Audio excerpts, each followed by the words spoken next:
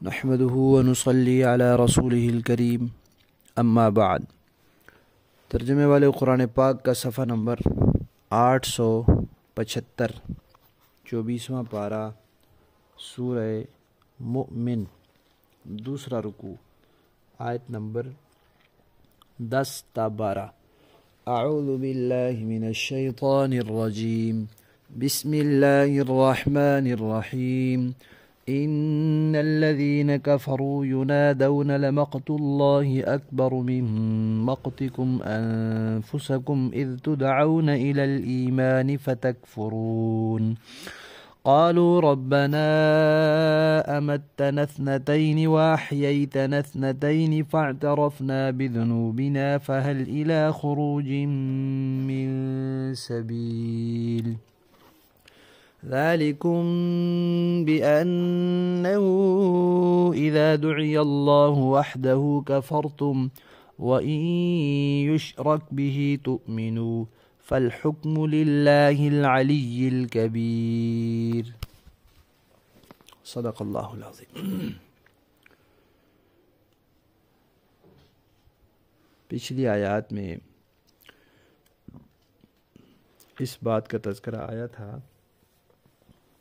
کہ اللہ تعالیٰ کے مقرب فرشتے ایمان والوں کے لیے، اور وہ بھی جو تقوی پر زندگی گزارنے کی کوشش کرتے ہیں، یعنی نیک مومنین کے لیے، عقیدہ بھی صحیح، عمل بھی ٹھیک، ان کے لیے دعائیں کرتے ہیں۔ کیوں کرتے ہیں؟ اس لیے کہ اللہ تعالیٰ نے فرشتوں کو حکم دیا ہے کہ ایمان والوں کے لیے دعائیں کریں۔ اللہ تعالیٰ نے کیوں حکم دیا ہے؟ اس لیے کہ جو عقیدہ ٹھیک کر لیتا ہے، عمل ٹھیک کر لیتا ہے، وہ اللہ تعالیٰ کا محبوب بن جاتا ہے۔ اللہ تعالیٰ کو یہ عمل بہت پسند ہے۔ اس کائنات میں عقیدہ ٹھیک کرنے سے زیادہ کوئی عمل اللہ کو پسند نہیں ہے۔ تو اس لیے ایمان والوں سے اللہ کو محبت ہے، اور کافر چونکہ عقیدہ ٹھیک نہیں کرتا، اس لیے اللہ کو کافر سے محبت نہیں ہے، لہذا اللہ تعالیٰ فرشتوں کو کافروں کے لیے دعا کرنے کا کہتے ہی نہیں، تو بلکہ اللہ تعالیٰ اور اس کے فرشتے کافروں پر لعنت بھیجتے ہیں۔ پوری مخلوقات کافروں پر لعنت بھیجتی ہے۔ اللہ تعالیٰ کافروں سے ناراض ہیں، ان کی ان چیزوں سے بیزار ہیں کہ ان کے سامنے ایمان پیش کیا جاتا ہے وہ انکار کر دیتے ہیں، توحید پیش کی جاتی ہے انکار کر دیتے ہیں۔ تو یہاں اب اس بات کا تذکرہ آ رہا ہے کہ دوزخی جب دوزخ میں پہنچ جائیں گے تو وہ پھر اپنے آپ سے ناراض ہوں گے۔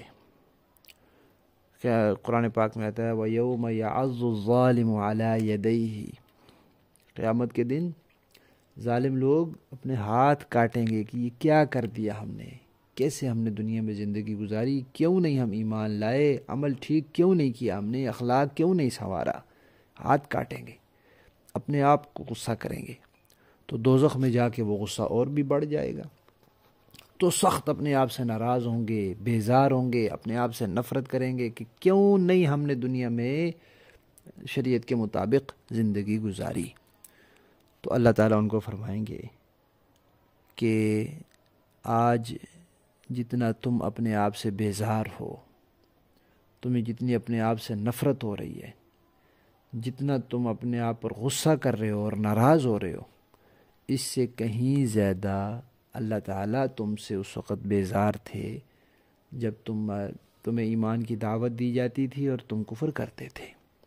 اس سے زیادہ اللہ تعالیٰ تم سے ناراض تھے اور غصہ آتا تھا اللہ کو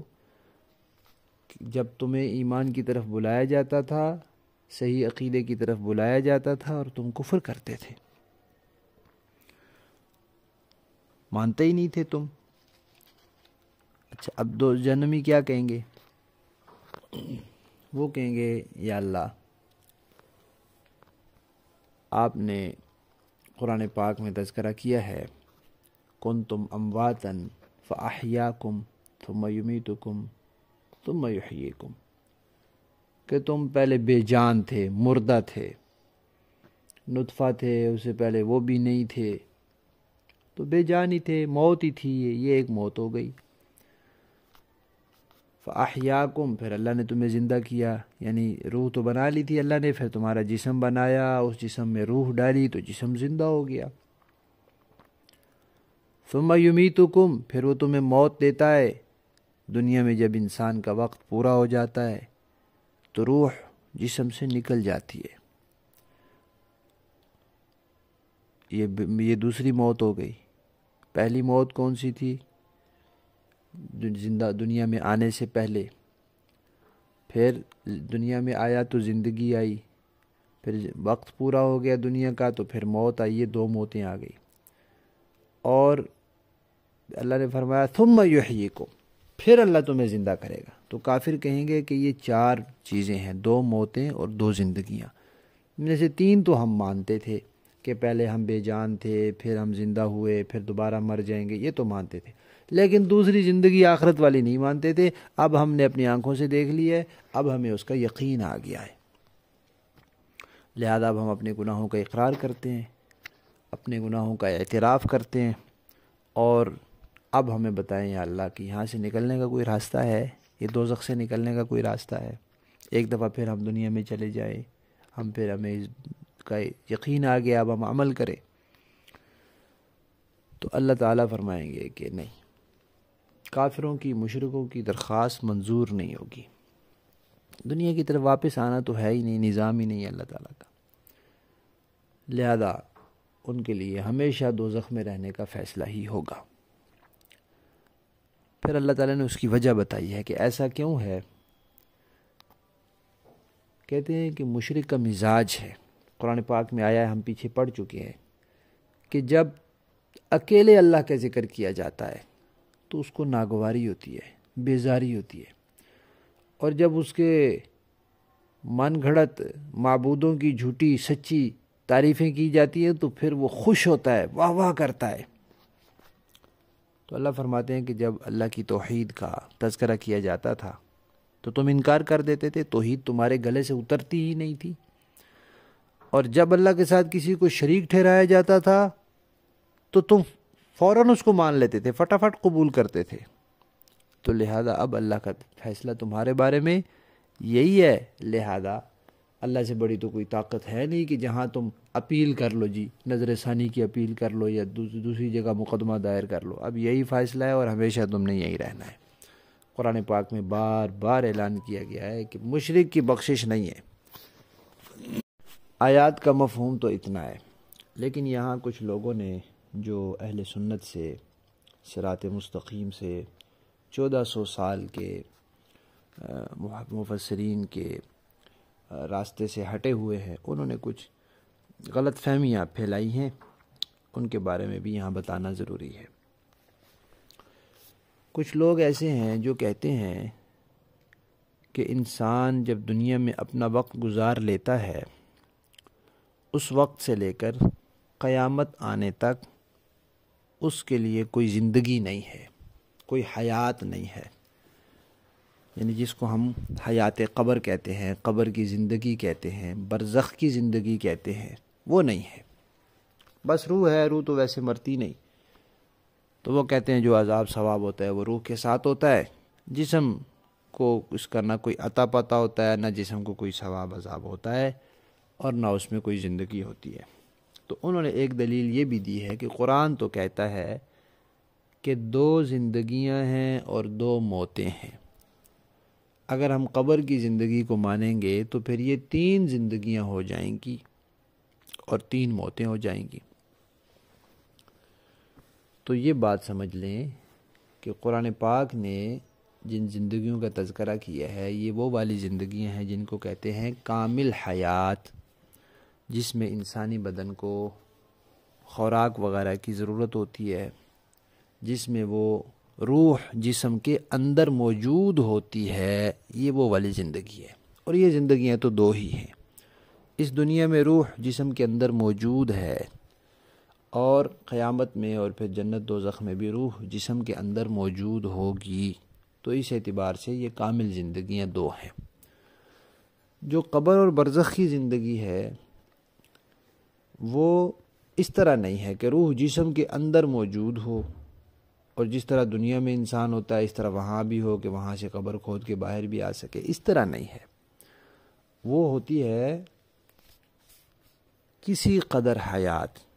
روح اپنی جگہ پر ہوتی ہے، نیک لوگوں کی روحیں علیین میں، برے لوگوں کی روحیں سجین میں، جسم اپنی جگہ پر ہوتا ہے، جہاں کہیں بھی ہو، اس کے ٹکڑے ہوئے ہوئے ہوں، اس کا قیمہ بنا ہوا ہو یا سلامت ہو قبر میں، جہاں بھی ہو،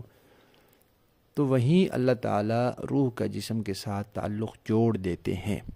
پھر جو کوئی راحت یا عذاب ہوتا ہے وہ دونوں کو محسوس ہوتا ہے، لیکن چونکہ وہ ایک نوع کی اور ایک قسم کی کسی قدر حیات ہوتی ہے، اس لیے ظاہری طور پر وہ جسم حرکت وغیرہ نہیں کر رہا ہوتا۔ تو یہ حیات بھی چونکہ قرآن سے ثابت ہے، شہداء کو مردہ کہنے سے منع کیا گیا ہے، حیات ہوتی ہے ان کی، انبیاء کی حیات ہوتی ہے، عام لوگوں کی حیات ہوتی ہے، اور نبی پاک صلی اللہ علیہ وسلم کے ارشادات سے بھی ثابت ہے، اور پوری امت کا اس پر عقیدہ بھی ہے۔ اس لیے اس کا انکار کرنا تو گمراہی ہے، اور اس کو قرآن کے خلاف قرار دینا گویا کہ پوری امت کو یہ کہنا کہ پوری امت قرآن نہیں سمجھی اور صرف ہم سمجھے ہیں، تو یہ بڑی خطرناک بات ہے۔ قرآن کی آیات میں جن دو زندگیوں کا تذکرہ ہے وہ کامل زندگیاں جن میں روح جسم کے اندر موجود ہوتی ہے، یہ وہ ہیں، اور درمیان میں جو قبر اور برزخ کی زندگی ہے یہ وہ ہے جس میں روح اپنی جگہ رہتی ہے، جسم اپنی جگہ ہوتا ہے، لیکن دونوں کا تعلق ہوتا ہے، اس تعلق کی وجہ سے کچھ نہ کچھ حیات اور زندگی ہوتی ہے، لہذا ایسے لوگوں کی مغالطوں کا شکار نہیں ہونا چاہیے۔ لفظی معنی دیکھیے، انا بے شک، الذین وہ لوگ، کفروا جنہوں نے کفر کیا، ینادون ان کو پکارا جائے گا، لمقت اللہ اللہ کا بیزار ہونا، اللہ کا ناراض ہونا، اکبر بہت بڑا ہے، من مقتکم تمہارے ناراض ہونے سے، انفسکم اپنی جانوں سے، یعنی اس وقت اپنی جانوں سے جتنا تم بیزار اور ناراض ہو،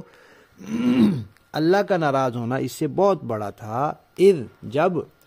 تدعون تمہیں دعوت دی جاتی تھی، تمہیں بلایا جاتا تھا، الی الایمان ایمان کی طرف، فتکفرون تو تم کفر کرتے تھے۔ قالو تو وہ کہیں گے، ربنا اے ہمارے پروردگار، امتنا آپ نے ہمیں مردہ رکھا، اثنتین دو بار، واحییتنا اور آپ نے ہمیں زندگی بخشی، اثنتین دو بار، فاعترفنا لہذا ہم نے اعتراف کر لیا، بذنوبنا اپنے گناہوں کا، یعنی جو ہم دوسری زندگی نہیں مانتے تھے اس کا اعتراف کر لیا، فہل کیا ہے کوئی، الی خروج یہاں سے نکلنے کا، من سبیل کوئی راستہ، اللہ تعالیٰ فرمائیں گے نہیں، یہاں سے تو نکلنا نہیں ہو سکتا، کیوں، ذالکم یہ اس لیے کہ بأنہ جب، ذالکم بأنہ یہ اس لیے، یہ تمہارے ساتھ معاملہ اس لیے ہے کہ اذا جب دعیا پکارا جاتا تھا، اللہ وحدہ اللہ اکیلے کو، کفرتم تو تم کفر کرتے تھے، وَإِن یشرک اور اگر شرک کیا جاتا تھا، بھی اللہ کے ساتھ، تؤمنو تو تم مان لیتے تھے، فالحکم پس حکم، للہ اللہ ہی کا چلے گا، العلی جو بلند ہے، الکبیر جو بہت بڑا ہے۔ با محاورہ دیکھیں جی، ان الذين كفروا ينادون لمقت الله اكبر من مقتكم انفسكم اذ تدعون الى الايمان فتكفرون جن لوگوں نے کفر اختیار کیا ہے ان سے پکار کر کہا جائے گا کہ آج تمہیں جتنی بیزاری اپنے آپ سے ہو رہی ہے اس سے زیادہ بیزاری اللہ کو اس وقت ہوتی تھی جب تمہیں ایمان کی دعوت دی جاتی تھی اور تم انکار کرتے تھے۔ قالوا ربنا امتنا اثنتين واحييتنا اثنتين فاعترفنا بذنوبنا فهل الى خروج من سبيل وہ کہیں گے کہ اے ہمارے پروردگار، آپ نے ہمیں 2 مرتبہ موت دی اور 2 مرتبہ زندگی دی، اب ہم اپنے گناہوں کا اعتراف کرتے ہیں، تو کیا ہمارے لیے دوزخ سے نکلنے کا کوئی راستہ ہے؟ ذالکم بأنہ اذا دعی اللہ وحدہ کفرتم وَإِن يُشْرَكْ بِهِ تُؤْمِنُوا فَالْحُكْمُ لِلَّهِ الْعَلِيِّ الْكَبِيرِ۔ تو انہیں جواب دیا جائے گا کہ تمہاری یہ حالت اس لیے ہے کہ جب اللہ کو تنہا پکارا جاتا تھا تو تم انکار کرتے تھے، اور اگر اس کے ساتھ کسی اور کو شریک ٹھہرایا جاتا تھا تو تم مان لیتے تھے۔ اب تو فیصلہ اللہ ہی کا ہے، جس کی شان بہت اونچی اور جس کی ذات بہت بڑی ہے۔ صدق اللہ العظیم۔